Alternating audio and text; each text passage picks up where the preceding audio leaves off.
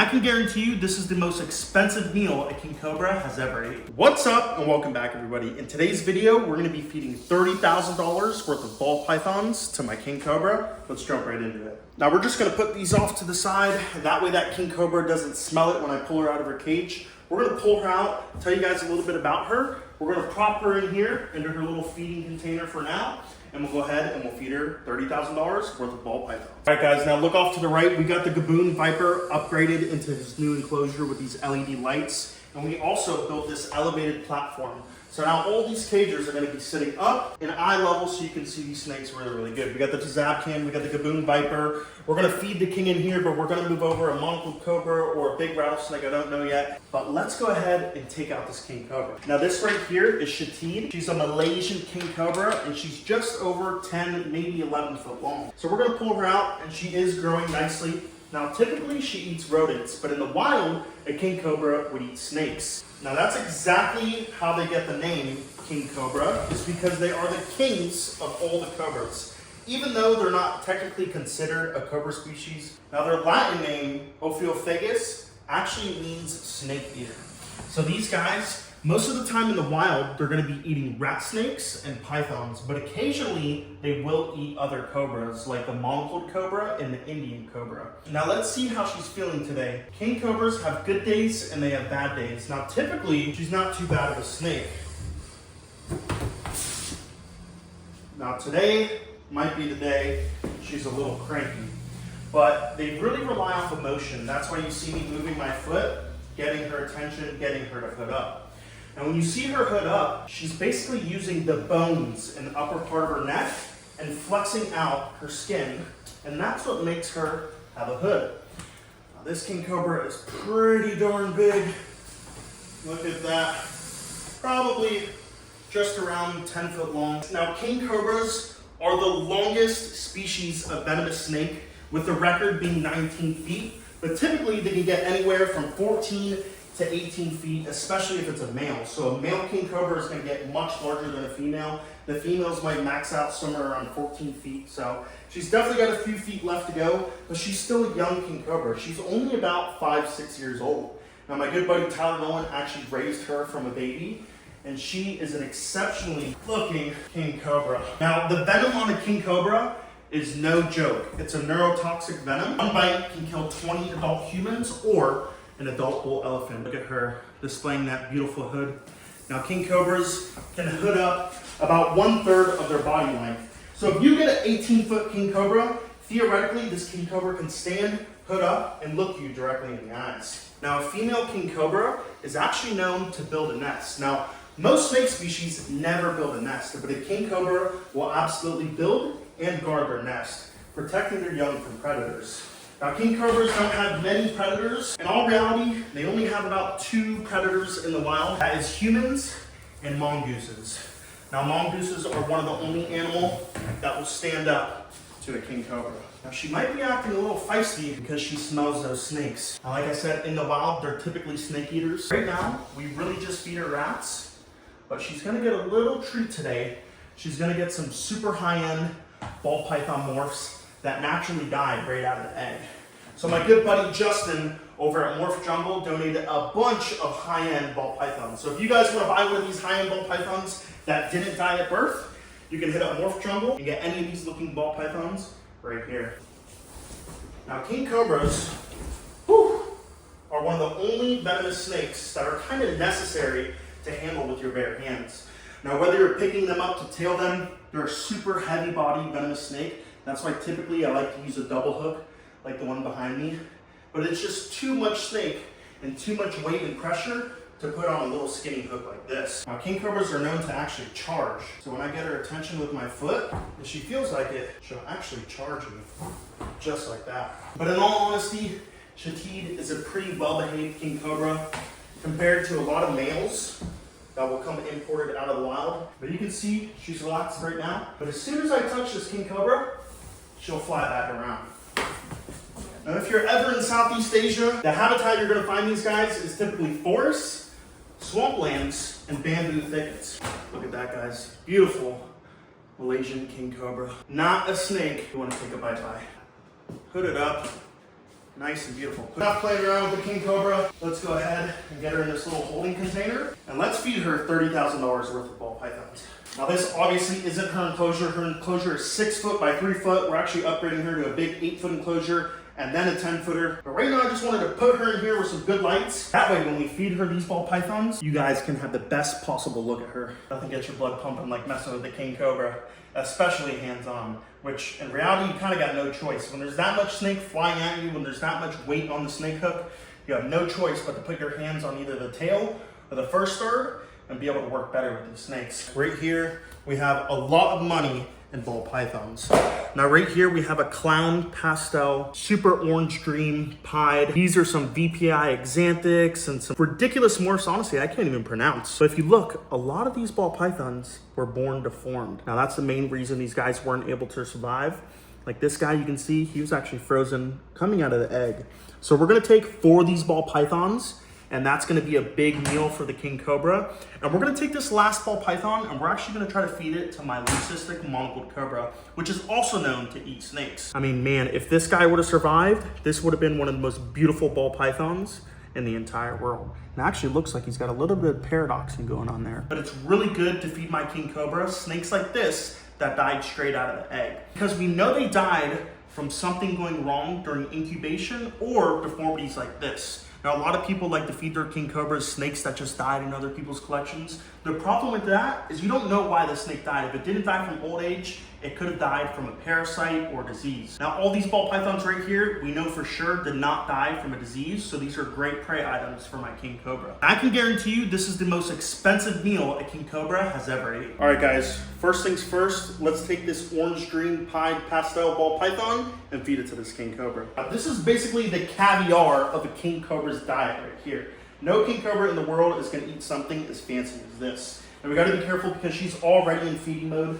She already sees that snake and can smell this snake. So right now, she's no joke. We could very easily get bit. If you look at her color, she's got that super light beige and that orange underneath her hood. That's how we can tell she's a Malaysian king cobra. Now, other king cobras, like the Indo king cobra, is a super dark, almost black king cobra. Sumatrans are very beautiful, but Malaysians are all around one of the best looking king cobras here. You can see her tongue flickering. That's basically how these snakes smell. That's how they pick up on the scent of prey and figure out what they're gonna eat. All right, guys, she's a little freaked out because she's not in her enclosure. So what we're gonna do is we're gonna make a nice pile of about $20,000 in ball pythons, and we're just gonna put it right there.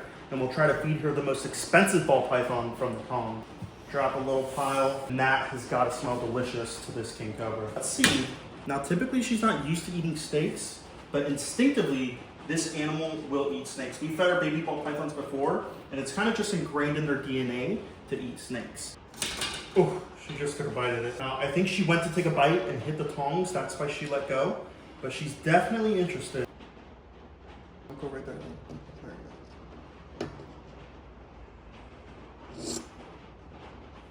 Now, if you guys look at this king cobra, you can tell she has front fixed fangs. That means her fangs do not move, and that's why a king cobra's fangs are so small. Because if they were longer, they would actually penetrate through the bottom of her mouth. So these cobras have front fixed, non-moving fangs packed with venom directly behind and those big venom glands. Now, the only snake in the world that compares to the size of these venom glands is a Gaboon viper. But by far, a king cobra has bigger venom glands. You can see her working side to side, back and forth, just downing that ball python. And a king cobra this size could probably eat about a 7 to 8 foot snake. Now, compared to their body, their heads are relatively small, and that's how you can tell these guys are snake eaters. Look at that, she's got about half that ball python down, only a little bit left to go, and then she still has 3 more over here. And that right there is a nice expensive treat for this king cobra. Now, you can feed a king cobra rats, but that's nothing compared to feeding them snakes. Now, this snake has evolved specifically to eat snakes and has for thousands of years. So although rats may be a good substitute for snakes and maybe easier, snakes by far are scientifically just a more complete source of nutrition for these king cobras. Let's go ahead, let's grab another $5,000+ ball python, and let's feed this to a monocled cobra. And this right here is a leucistic monocled cobra. We just changed her enclosure. That's why she's got no water in her water bowl. Now, this girl right here is probably gonna go in that cage that the king cobra is eating the ball pythons in. What? Now, although this snake typically eats rodents in the wild, monocled cobras are very opportunistic. So when they come across a small snake or even a dead snake on the road, these guys will eat it. So she should have no problem taking a bite of this ball python. Now this monocled cobra right here is a leucistic. That's why she's all white with black eyes, compared to an albino, which would be all white with red eyes. Now this girl, I can guarantee, has never ate a snake. She's captive born and bred, so she didn't come from the wild. She wasn't eating snakes in the wild. She's been eating mice and rats her entire life in captivity. So she might not want to eat this ball python, but worst case scenario, we'll just drop it in here. Now monocled cobras are notorious for that super loud hiss. All right, now this monocled cobra doesn't seem too interested, so we're just gonna lay this ball python right here, and we'll check on her in a few minutes and see if she decided to eat. So if you guys look at this king cobra, she is still working on that same snake she grabbed probably 5-10 minutes ago. Now the reason for that is she's not gonna eat it from the side. These king cobras will either work their way all the way to the tip of the tail or all the way to the front of the head. Now typically when they eat a snake, it's gonna be head first, but snakes who aren't too used to it, they'll go ahead and they'll eat it from the tail as well. But they'll never bend the snake in half and eat it that way because it just doesn't fall in line with their intestinal tract. So this snake's intestinal tract is designed to eat snakes. It's super long and it runs throughout the majority of their body because it allows them to eat snakes almost the same size as them. Now, while this king cobra sits there and chews into that ball python, she's actually injecting venom into that ball python. Now, what that's gonna do is it's gonna allow her to digest that prey even better. So those proteins and toxins will go into the skin, into the blood and flesh of that ball python, and it'll actually start rotting that from the inside out. So not only does it help kill the prey, it allows to break it down from the inside out to help them digest. While that king cobra is eating my yearly salary in ball pythons, we're gonna go ahead and we're gonna take out this Gaboon viper. Now she has a little bit of poop in there, a little bit of poop in the water bowl, so we're just gonna take her out and throw her in her tub while we clean this cage. Now I always say she, but this is actually a he. This right here is a male Gaboon viper, and he is a fairly large one. Now I love having this snake in this nice, big, beautiful cage because you can just see him a lot better. Just like the king cobra is actually an even heavier bodied snake. So when you're handling these guys, you need a double hook. Now if you look at his venom glands, he's probably got the same, if not more venom inside his mouth than that king cobra. But when a king cobra gets 18 feet long, they have more venom than this Gaboon viper. So let's just bring him over here. Unlike the king cobra, these Gaboon vipers don't have front fixed fangs. Now their fangs actually move around. Now there's actually been cases of guys pinning Gaboon vipers and being bit through the bottom jaw of a Gaboon viper. Now that's how long their fangs are. They'll actually bite you straight through the bottom of their mouth. This is actually not a bad Gaboon viper. Now I do not recommend handling one like this. But this is my baby and I'll do it all more. And not only did my buddy Justin from Morph Jungle donate $30,000 in those baby ball pythons, he actually donated almost $100,000 worth of ball pythons that have passed away over probably the past 10-12 years. Now he's one of the biggest ball python breeders. This guy has hundreds and hundreds, if not thousands of ball pythons produced every single year. So this is just kind of how it goes even in the wild. So not every snake is gonna hatch in the wild. Same thing with in captivity. So sometimes, especially due to the morphs, they'll die with kinks and other issues, incubation issues, stuff like that. So he donated over 40 snakes. I mean, look at that, some crazy highway, some pieds, some xanthics, some normal stuff. He donated over $100,000 worth of morph ball pythons, specifically for our king cobras and other cobras. So our cobras are gonna be eating good for the next couple months. So huge shout out to Justin over at Morph Jungle. If you guys want a ball python, go ahead, check him out. And we got the albino western in for a little soak just to help him shed because he's been having problems shedding the tip of his rattle. Oh, look at that. Beautiful, beautiful rattlesnake. Prop them on in here. Now all these snakes are getting upgraded into 4-foot or 5-foot enclosures. Now this guy, he's pretty big, so he's probably gonna go in a 5-footer. Now thanks to you guys watching our videos, we're able to make a little bit of money off YouTube, and that goes straight back into the animals. So all the money we make off YouTube, we either put back into food, supplies, or in today's case, caging. So we got 3 cages on the inside of the house we're gonna build specifically for that cobra, that rattlesnake, and some new stuff we got coming soon. All right, this big girl just enjoyed her $30,000 meal, basically the caviar of snakes to eat. So we're just gonna grab her. We're gonna be very gentle, very careful, because she did eat a couple ball pythons. So we don't want to disrupt her or agitate her enough for her to regurgitate, because then it's really worth nothing. So we're going to be very, very gentle when we put her back. We're not going to try to free handle her much or do much moving around. She's going to go from straight here to the enclosure. But don't go anywhere, because this is a king cobra and you never know what can happen. Now, handling this king cobra right now is actually more dangerous than it was when we took her out, because now she's in feeding mode. So all she's going to want to do right now is bite and eat. So if she goes to take a bite, she's basically going to bite to kill a snake, and she's going to inject more venom than she usually would. And she's just in feeding mode, so she's more responsive, she's more alert, and she's more prone to biting right now.